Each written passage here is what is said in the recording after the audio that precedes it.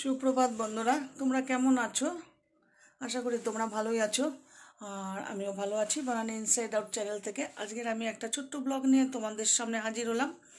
তো আজকের ব্লগটা হলো যে তোমরা তো জানোই আমাদের একটা চলন্তিকা ছোট্ট একটা গ্রুপ আছে, যেটা আমরা আমাদের নিজেদের ফ্যামিলি বলে মনে করি, একদম ছোট্ট কয়েকজন মিলে। তো সে কজনের মধ্যে দুজন মিস আজকে। আমাদের যে সোনালি দি, উনি মেয়ের বাড়ি গেছে, সেজন্য আসতে পারবে না। আর আমাদের ছোটো মামার আজকে ছুটি পায়নি, তো সেজন্য আমরা মোটে 8জন মিলে করছি এই পিকনিকটা। আর এই পিকনিকটা হচ্ছে আমাদের রঞ্জনাদির বাড়িতে। তো কালকে আমরা সমস্ত গিয়ে, আমি রুমেলাদি রঞ্জনাদি গিয়ে আমরা সমস্ত বাজারহাট করে এসেছি। তো সেই ভিডিওটা আমি আনফর্চুনেটলি তোমাদের দেখাতে পারলাম না, কারণ মোবাইল নিয়ে যেতেই ভুলে গেছি বাড়ির থেকে।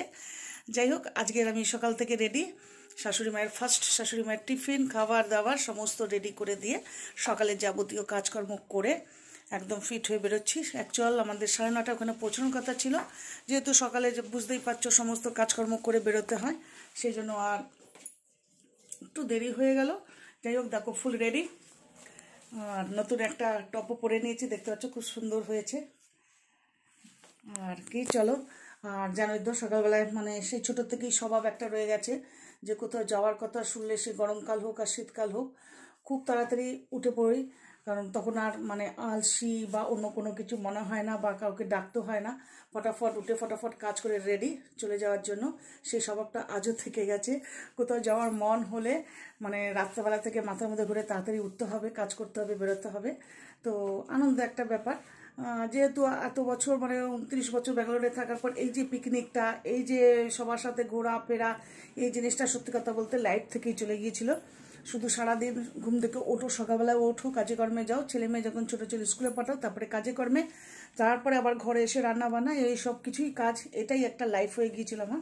তো এত বছর পর যখন আমি কলকাতায় ফিরি, এখন আমার 2 বছর হয়ে গেল কলকাতায়, তো খুব একটা ভালো লাগছিল না, মনকে মানিয়ে নিতে পারছিলাম না, ভালো লাগছে না, গরম। তারপরে ধরো সেই বাল্যকালের বন্ধু বান্ধব, স্কুলমেট অনেকে হারিয়ে গেছে, চিনতে পারি না কাউকে। মানে যাই হোক, অনেককে এরকম চিনেছি, জানা আসা।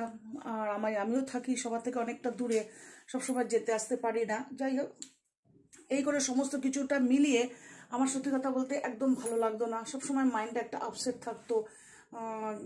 ঘরের মধ্যে কাজকর্ম করো আর ঘরের মধ্যে থাকো। তো সেই সময় আমাকে সবাই ইউটিউবের জন্য বললো যে ইউটিউবে কর, সারাদিনের কাজকর্ম, ওটার মধ্যে একটা বিজি থাকবি, ভালো লাগবে। এই করতে করতে ভালো লাগলো। তারপরে ফেসবুকে 50+ গ্রুপে জয়েন করলাম। সেখান থেকেই এদের সাথে আমার পরিচয় হয়, আর সেখান থেকে একটা আমাদের ছোট্ট গ্রুপ তৈরি হয়। আর সত্যি কথা বলতে এই গ্রুপটার মধ্যে এত আন্তরিকতা, এত ভালোবাসা, এত আপনতা, যে মানে বলার মতন নয়। সবাই মানে, আমি এই গ্রুপের মধ্যে সব থেকে ছোট, আর আমার বয়স হলো 50+। আর আমার থেকে সবাই বড় সিনিয়র, কিন্তু সবাই আমাকে প্রচণ্ড ছোট, যেহেতু সবাই আমাকে খুব ভালোবাসে। আর প্রত্যেকটা প্রোগ্রামের উদ্যোক্তা আমি করি, চলো আজকে এখানে যাই, চলো আজকে একটু পিকনিক করি, চলো এর বাড়িতে একটু ঘুরে আসি। যাই হোক, এইভাবেই আমার সময়টা আজকে এখন কেটে যায়, আর ভালোও লাগে। এখন মনে হয় যে না, সত্যি ব্যাঙ্গালোর থেকে এসে কলকাতায় আসা আমার সার্থক হয়েছে, খুব ভালো লাগে। এখন আবার মনে হয় যে এদের ছেড়ে ব্যাঙ্গালোরে যেতে ইচ্ছা করে না, যেহেতু আমাকে যেতেই হবে। ছেলে মেয়ে ওখানে রয়েছে, 3 মাসের জন্য আমি ওখানে যাই, আর বাকিটা মাস আমি এখানেই থাকি। তো চলো আজকের ব্লগটা পিকনিকে কি কি হচ্ছে, আর আমাদের যে এই যে ভালোবাসাটা, এই যে একটা হাসি খুশির মধ্যে একটা আনন্দ করে আজকের দিনটা কাটাবো, সেটাও দেখতে থাকো। আর দেখার জন্য আর থাকার জন্য অবশ্যই তাহলে আমার সাথে যেতে হবে, আসতে হবে। তো চলো আমার সাথে, তো দেখতে থাকো। তো চলো, টাটা, ওইখানে চলো, দেখাচ্ছি। আর হ্যাঁ, একটা কথা বলতে ভুলে গেছি, আমি আয়নাতে তোমাদের দেখাচ্ছি পুরো ড্রেসটা। দেখো তো কেমন লাগছে আজকে আমাকে, অবশ্যই কমেন্টে লিখবে আজকে আমাকে কেমন লাগছে ড্রেসটাতে।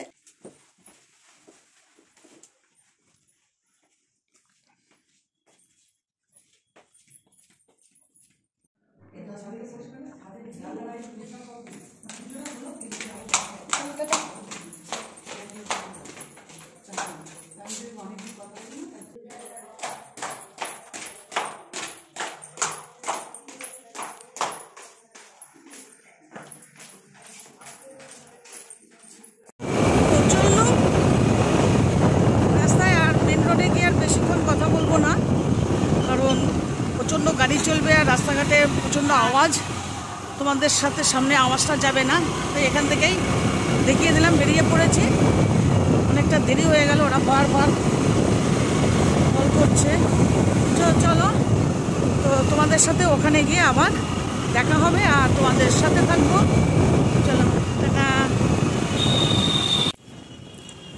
তো মেন রোডে চলে এসেছি। এটা হলো আমাদের মধ্যম গ্রামের রাস্তা, আর এটাই হলো মধ্যম গ্রামের আমাদের বাজার। আর সামনেই আমাদের কালী মায়ের মন্দির পড়বে। দেখো এই যে মন্দিরটা, এটা মানে খুব ফেমাস আমাদের মধ্যম গ্রামের কালীবাড়ি বললেই সবাই বুঝতে পারে।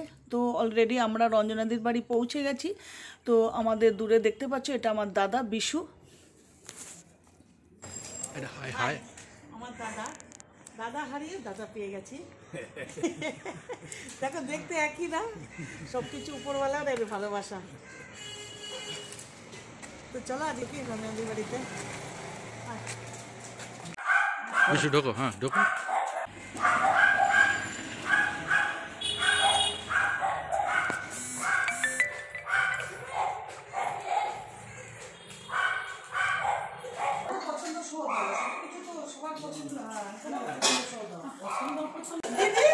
আজকে সব পিকনিক, খিচুড়ি পিকনিক যেটা বলতে ভুলে গেছি। এটা হলো আজকে আমাদের খিচুড়ি পিকনিক। অ্যাকচুয়াল এটা বড় মামার আবদার। সবসময় তো বাড়িতে মাছ মাংস আমরা খাই, তো সেজন্য বড় মামা বললো না আজকে খিচুড়ি হবে। খিচুড়ির সাথে আরো অনেক কিছু আইটেম আছে, সব কিছু দেখতে পাবে।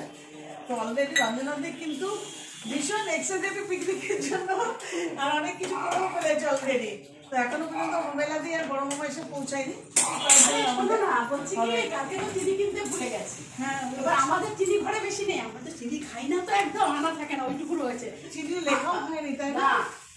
আমি তো চাটনিতে গুড় দিই, গুড় আনা আছে, গুড় দিই। হ্যাঁ, গুড় দাও। তাহলে শুধু ডিমটা আনতে হবে, তাই তো? বার্গেনিং করতে করতে পাগল হয়ে গেল। কিসে হ্যাঁ, কত আরে চেয়েছে? 50 টাকা। চিন্তা করো, কালকে তো আমরা 30 টাকায় গেছে। পঞ্চাশ মত কিছু জেনেছি। না ওটা আমাকে গিয়ে দাঁড়িয়ে আনতে হয়েছে। মামারা গিয়ে হঠাৎ করে 50 টাকা দেয়। হ্যাঁ, টোটো ছিল না? টোটো ছিল না? টোটো ছিল না? টোটোকেই 50। কি কথা বলো? টোটো ছিল তো? কজন আছে? দুজন। জিলিপি এসে গেছে, গরম গরম জিলিপি। এটা বার্গেনিং না করতে জিলিপি বাজে। তো দেখতে পেলে আমাদের বড় মামা আর রুমেলাদি চলে এসেছে। আমাদের আবদার ছিল সবার যে বড় মামার কাছ থেকে জিলিপি খাওয়া। গরম গরম মামা জিলিপি নিয়ে আসবে, আমরা টিফিনের সাথে কিন্তু খাবো। তো মামা নিয়ে এসছে জিলিপি হাজির। তো আমাদের টিফিন হচ্ছে লুচি আর সাদা আলুর তরকারি, আর তার সাথে একটা করে জিলিপি, আর তার সাথে তো চা, যে যেমন খাবে, কেউ লাল চা, কেউ দুধের চা। তো এরা বসে পড়েছে, মামা আর বিশু বসেছে। ভীষণ সুন্দর আমাদের আড্ডা হচ্ছে, গল্প হচ্ছে। তো প্রথমে আমরা জিলিপি দিয়ে শুরু করে দিয়েছি। জিলিপি খেয়ে এবারে আমরা ময়দাটা মেখে রেখে দিয়েছিল আমাদের রঞ্জনাদি। তো সেগুলো আমি একটু নেচি করে দিই। তিনজনে হাত লাগিয়ে দিলে কি হয় বলো তো, একটু টাইমও হয়ে গেছে, মানে ধরো 10:30 বাজে এখন। তো মামাকে একটু টাইম মতন খেতে দিতে হয়, যেহেতু আমাদের মামা একটু সিনিয়র আমাদের থেকে, উনি একটু খাওয়াটা মেনটেন করেন টাইমটা। সেজন্য আমরা একটু তাড়াতাড়ি করে আগে মামার খাবারটা আমরা রেডি করে দিই। তো মামা একা কেন খাবে, তো বলল যে চিনিকে আর বিশু মানে আমার ভাই, চিনি মানে আমার হাজব্যান্ড, মানে সবাই আমাদের গ্রুপে ওকে ভালোবেসে সবাই চিনি বলে ডাকে। তো ওদের দিয়ে দিলাম, দিয়ে এবার আমরা সবাই বসে পড়লাম জিলিপি নিয়ে, একটু তরকারি নিয়ে, লুচি নিয়ে। সত্যি কথা বলতে না ভীষণ আনন্দ হচ্ছে। আর আজকে আমাদের মানে এটা পার্টি বলো বা পিকনিক বলো বা গেট টুগেদার বলো, সবই একরকমই বলতে পারো।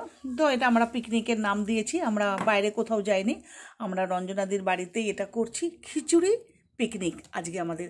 সবসময় তো বাড়িতে একটু মাছ মাংস খাওয়াই পড়ে, তো বড় মামা বললো মাছ মাংস হবে না, চলো আজকে খিচুড়ি খাওয়া হবে। ওকে, তা শনিবার খিচুড়িটা দারুণ জমবে। তো খিচুড়ি খাওয়া হলো।